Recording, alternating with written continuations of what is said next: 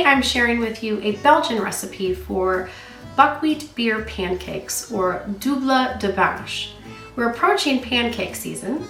Did you know pancakes have a season? And that season is Carnival, which is the festive period leading up to Lent, which is the 40 days of penance and sacrifice before the Easter season. In Binche, Belgium, they eat these buckwheat pancakes during a 3-day carnival celebration called Carnaval de Binche.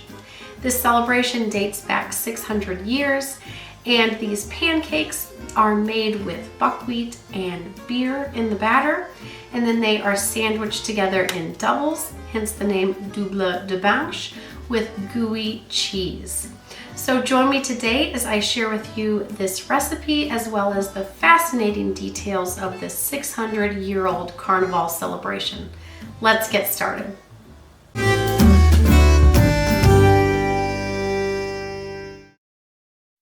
To make the pancakes, add 200 grams or 1 2/3 of a cup of all-purpose flour and 200 grams or 1 2/3 of a cup of buckwheat flour to a large bowl with 1 teaspoon of salt. Whisk that all together and then make a well in the center and add 300 milliliters or 1 1/3 of a cup of whole milk, 250 milliliters or 1 cup of strong blonde Belgian beer. If you can't find a Belgian blonde beer, it's not the end of the world. Any beer will do, just shy away from ales, which often don't have the same bitter notes as a lager. Ales have fruitier flavors.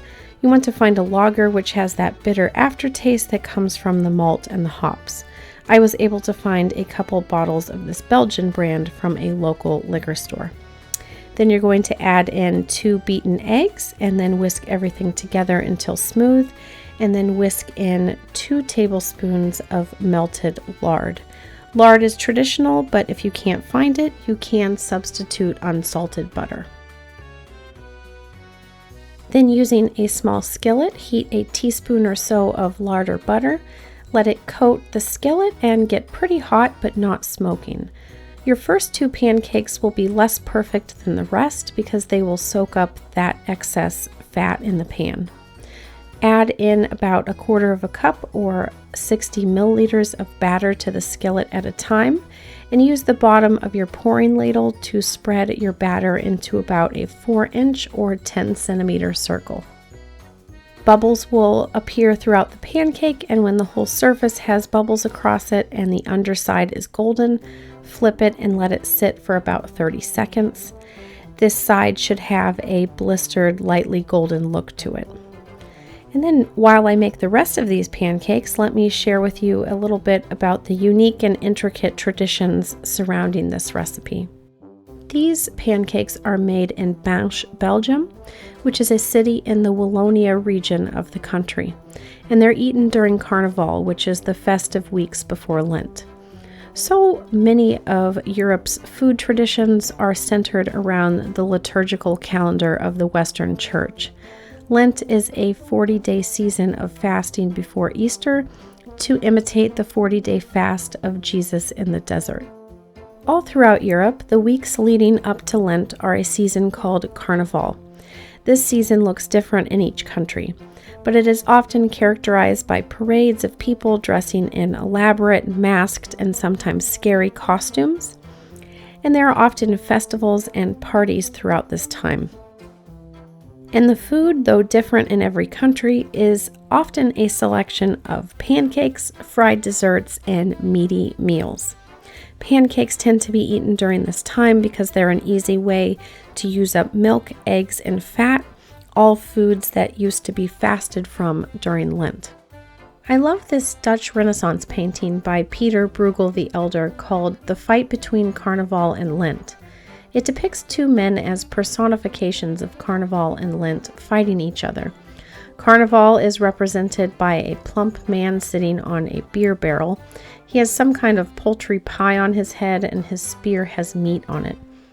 Lent is an emaciated character sitting on a shallow cart, and his fighting object is an oar with fish, and at his feet are unleavened bread and fasting pretzels.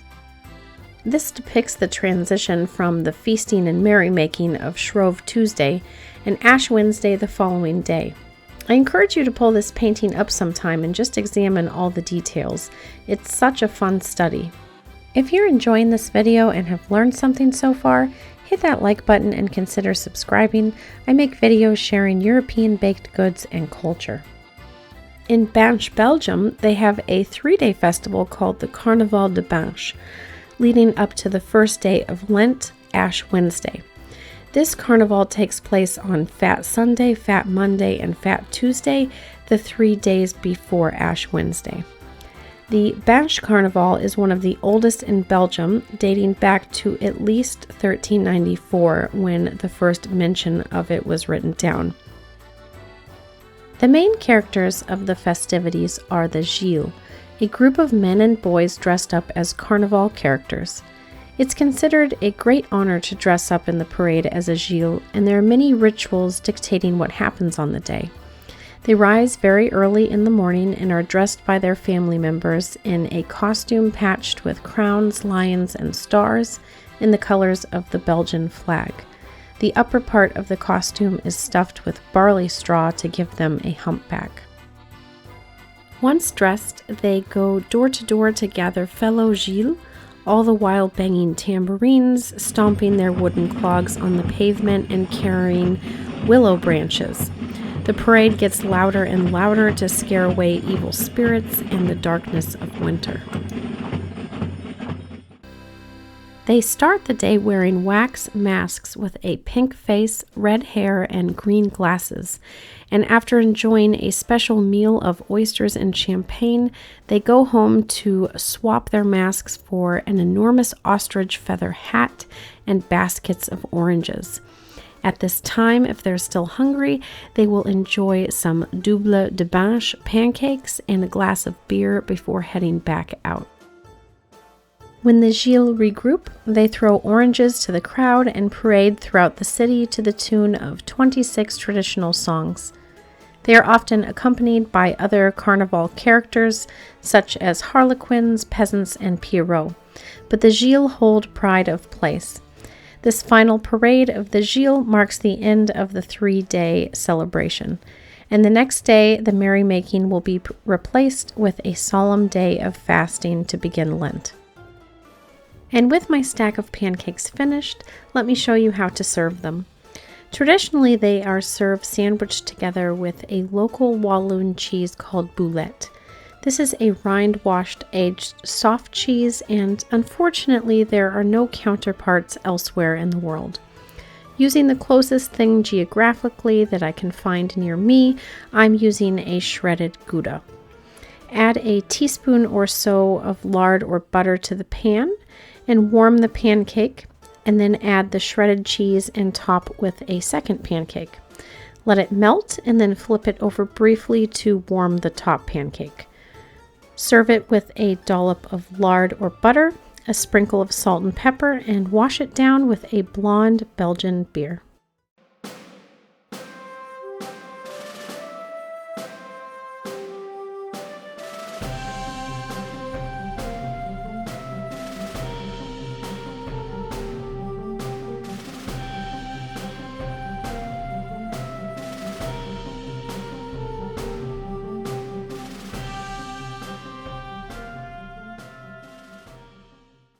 I'm looking forward to trying these. I'm really intrigued to see what the beer and the batter taste like. Those are delicious. I love the earthy flavor from the buckwheat flour, and you can just taste a hint of light bitterness from the beer in the batter. And I love that they're savory and sandwiched together with the gooey cheese. I'm sad I didn't get to try the actual traditional cheese used in this recipe. I did read that there is no international counterpart to that Belgian cheese. I could have actually had the cheese shipped to me. I found a website that exports Belgian and Dutch products. However, it was a €45 shipping fee and I just couldn't justify it. I do hope to actually go to Binche, Belgium sometime and witness this fascinating carnival celebration. Cultural celebrations like that are so fascinating to me. Have you heard of the Carnaval de Binche? Do you have a favorite pancake recipe? If you don't, why don't you give these a try? Or if you've never had buckwheat pancakes before, I highly recommend these. And Fat Tuesday or Mardi Gras or Shrove Tuesday is coming up. So instead of making your regular American pancakes with maple syrup and butter, which are delicious of course, try swapping it out for this delicious dinner recipe. I think these would be excellent washed down with a blonde Belgian beer. While you're waiting for the next video, check out these two videos and I will see you next time.